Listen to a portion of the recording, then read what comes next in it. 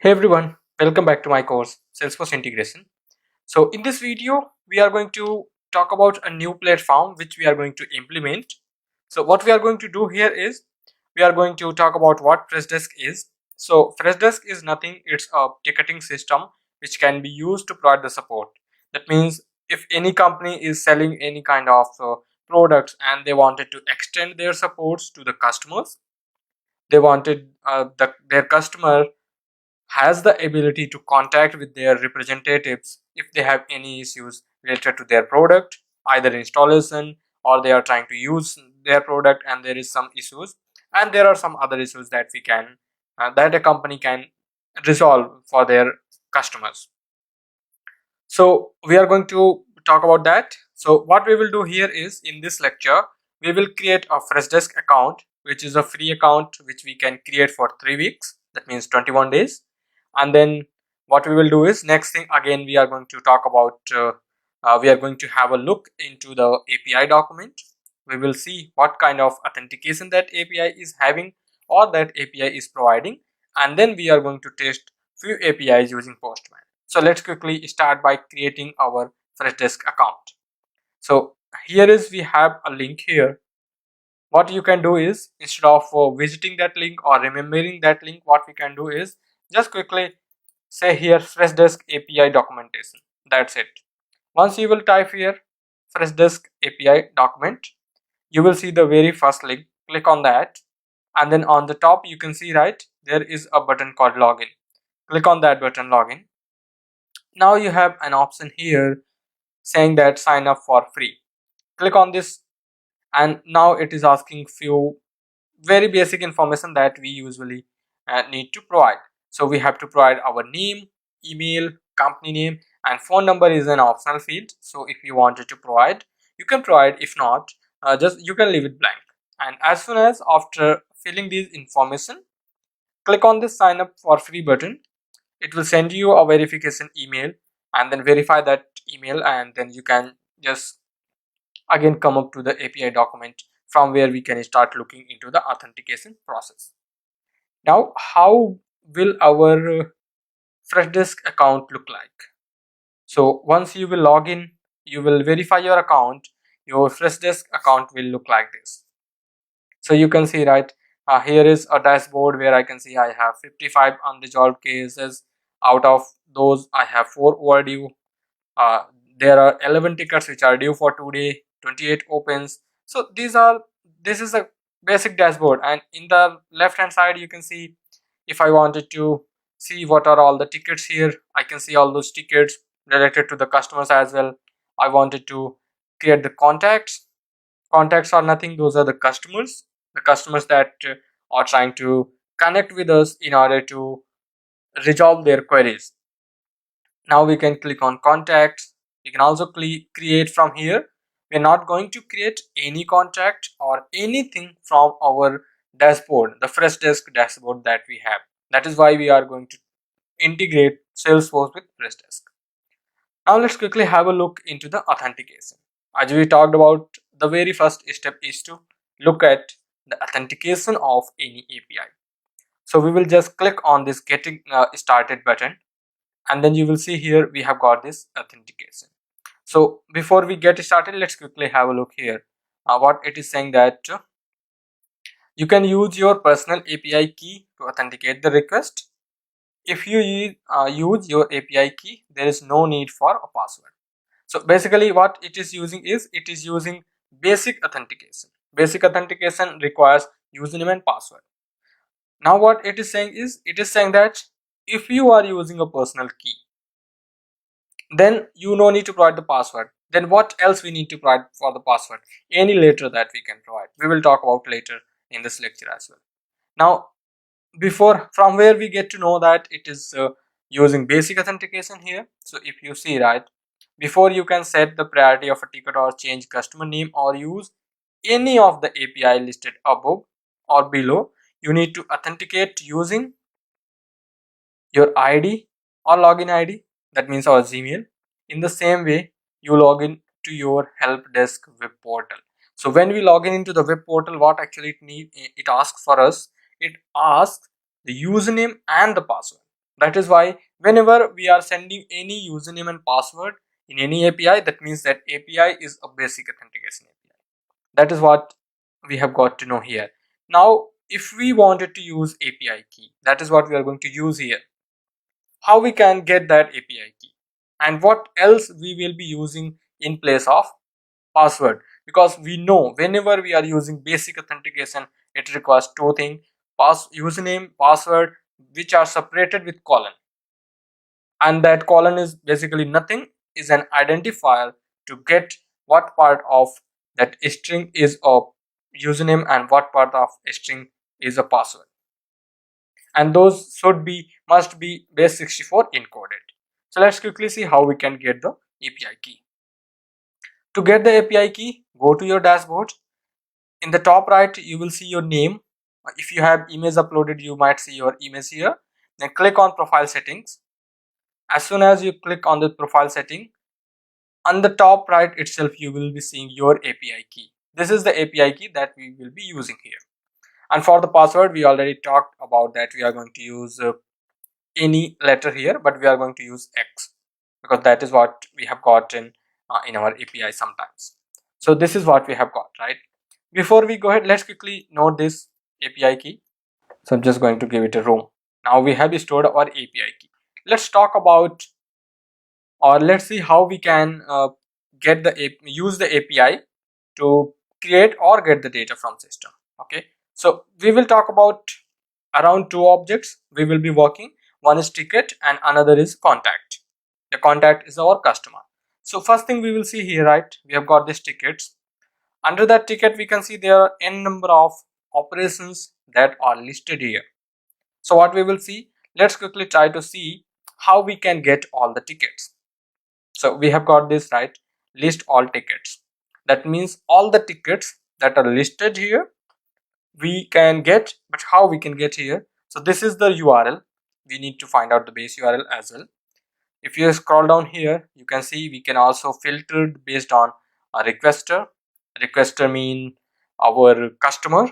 If I wanted to see my tickets only, I don't want to see all the tickets, so I can just send my email or I can send my Freshdesk ID, which I don't be knowing. So I'll be always sending my email to get all the tickets which are related to me. We can get those as well.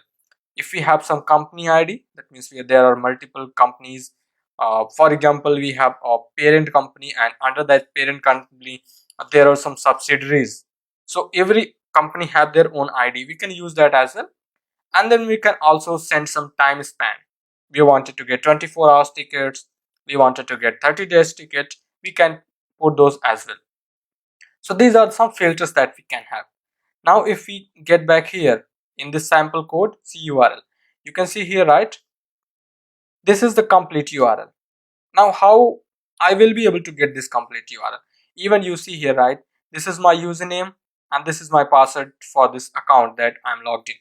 So how I got to know that this is my username and password for this, right? So what I can do is I can quickly click on this key icon. You can see here, right, there is a key icon. I can click here.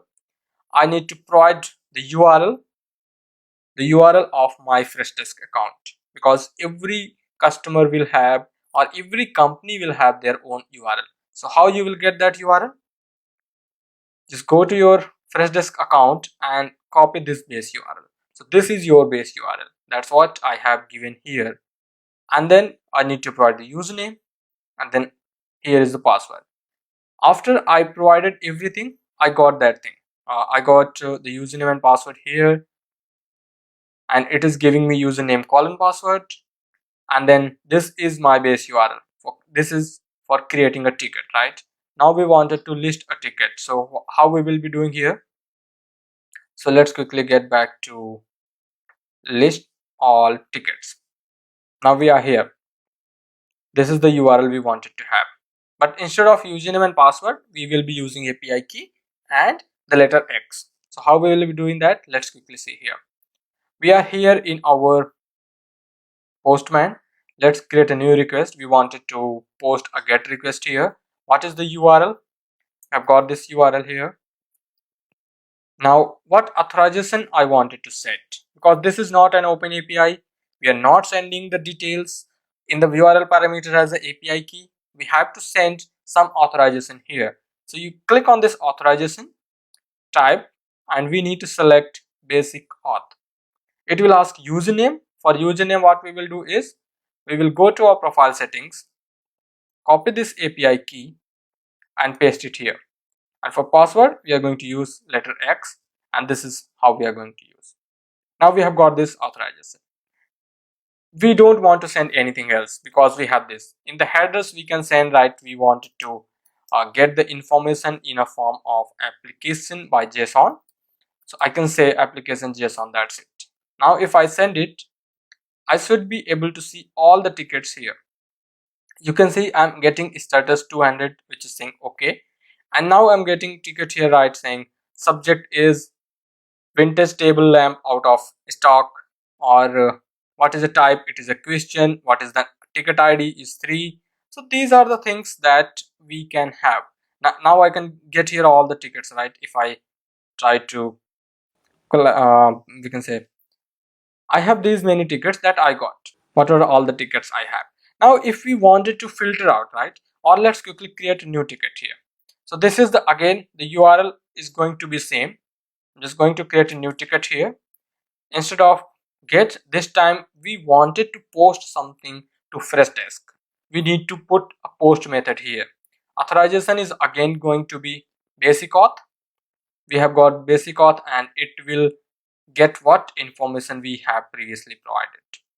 Now for the body, or first the first header, we are going to say we are going to send the body in the form of application JSON, and then go to the body, click on this raw button, and it is automatically going to choose JSON. You have multiple options, but it will choose JSON. Why? Because in the header sections we have selected application by JSON. Now let's see what we have in the API. So we have this document. I can say create a ticket. Again, you can see this is the URL, excluding our base URL of our Freshdesk account. What are all the parameters we need to send? The name of the requester, that means the customer. If you know the requester ID, you can send that as well. If not, you can send the email, but any of these are required. You wanted to send Facebook IDs, phone, Twitter ID, unique external ID, you can send. These are optional. If you wanted to send the subject of your ticket, what is the type, either it is a question, a query, or you can say any kind of type, it is an string. Then we have status, which is a number form. That means we need to provide some numbers, and based on the number it is going to set the status. We will see what all values we can pass here. Then we have priority, again it is a number kind of thing. The ticket description, and then there are a few more optional, like source is again either it is email, web, or some other platform from where we are getting the query. So these are some parameters that are required, and some parameters is at mandatory. That is what you can see from these identifiers. Now we talked about ticket properties, right? We say source, status, priorities. All these fields were number types. Now if we send one for the source value, we will say it is an email. From email we are getting that case. If we say 2, we are getting some sort of web portals. 3 is a phone, 7 chat, 9, 10. So these are all the values for source. Status we have 2, 3, 4, 5. That means open, pending, resolved, closed. And same goes with the priority. Now this is a sample code that we wanted to send, right? So if we send this sample code, I'm just going to copy the same code from here. Now I will send here. I'll say beautify. Now you can see we are able to see it's a beautified JSON for us. We said description, subject, email. I can say I can send my email here. Even this is not a valid email, I'm just putting it here. Now if I wanted to send some CC emails, I can send. If not, that is completely optional and up to us. We have this priority, status. This is what we can say here, right? If you wanted to send source, so I can send source, right? I can say 7, right? So I'll just add one more parameter here, and I will say here source. and the value I'm going to say 7, saying that I'm going to create this ticket based on the discussion that we had with the sales with our customer. I just said detailed about the issue, support needed, that's it. Let's click on send. You can see here we've got 201. So whenever we are sending a post request, we mainly get 201. That is what we got here, 201. If it is the status code, that means we were able to successfully place the request into the Freshdesk. Now we have got what CC emails we sent, what are the reply emails, and the most important thing is that we have got ID of the ticket, that is 8, right? Let's quickly have a look about this ticket in our Freshdesk account. So this is where we are. Go to the tickets, open any ticket. Even this is the ticket that we just created, because that is what the ID we have got. It is saying that support needed, and this is the customer that we have created. Why this is the customer has been created? Because we have sent an email, we did not send the requester ID, so we sent an email and this is what we have got. Sorry, this is what a new customer has been created, right? If you wanted to see the details, you will see the details for that customer. So this is what the details that we have for the customer here. So now we have got this, and now if next we talk about other APIs, right? So the other APIs that we have is, if we talk about, let's quickly talk about the contacts, because these are the two objects that we are going to deal with. Yeah, so here in our contact, right, we can see these are the various fields that can have inside a contact. But first thing, we wanted to get list all contacts. So this is, instead of the tickets, we just need to put contacts, and then we can also put the filters, right? So we will just quickly copy this and go to Postman. This is a get request. Authorization is going to be the basic auth, and this time I'm going to leave header as a blank. Let's see what will happen. Either we are going to get the record or not. Yes, we will. Why we are able to get that record? Because our API, the API that we are hitting, that is sending us the response in the form of JSON. That's what we got here, list of all the contacts. And if you see here, like we collapse all those, so we can see that these are the number of contacts that we have, and that we can get here into our Postman as a response. So if we open the first one, right, if you see, this is the email that we sent, and the ID of that, this is something called as requester ID. This is the ID that we know as a requester ID, right? Now if we talk about another option or operation that actually we are going to perform in this lecture is, we can see how we can create a contact. Again, you can see these are the parameters. Name should be mandatory, email should be unique email, phone, mobile, Twitter ID, external ID. So all these are like mandatory fields that we have, and we can also send many more fields. So how we are going to use, again, just copy this URL we have got here for creating a contact. Because this is a post request, we will select method as a post. Authorization we are going to select as a basic auth. We already will be getting our details here, and this time instead of selecting the headers, I am going to select a body here, raw. I'll select application by JSON. I selected JSON, right? If you go to header section, you will see it will automatically append content type as a header. Where is that? Okay, it's not appending. But if you see in this authorization code, we see, right, basic, and this is nothing. This is the encoded form of combination of our API key colon X. We will also verify this, but first let's create the contact, and then go to the body here. We already selected, we are sending a JSON body, and we will copy this body whatever we have, and then we are just going to beautify it. So we are sending name, email, other emails, that's it. These are the three parameters we are sending here. I'll say click on send, and we got it. You can see superman@freshdesk.com, and this is the ID. We wanted to check it. Let's quickly have a look here into our disk. So we just need to go to contacts. This is our, let's quickly go to contacts here, and what contact we sent here, it is Superman, and this is the ID. So we can just quickly open any contact, and we can change the ID over here, and we will be able to see our contact Superman, right? And then there is no tickets for this contact. Now again, if you wanted to create for this create ticket for this contact, how we can do that? So let's quickly get back to our request where we created the ticket. This time what we will do is we will send a parameter, we will say requester ID, right, instead of email. So we are just going to remove this email, and then, or what we can do is we can just keep that email as well, remove this requester ID, and then the email that we will be sending will be of this, whatever is the email for that contact we just created. I'm just going to say it as superman@freshdesk.com. Click on send. We got 201, and then ticket ID is 9, right? Let's quickly have a look here.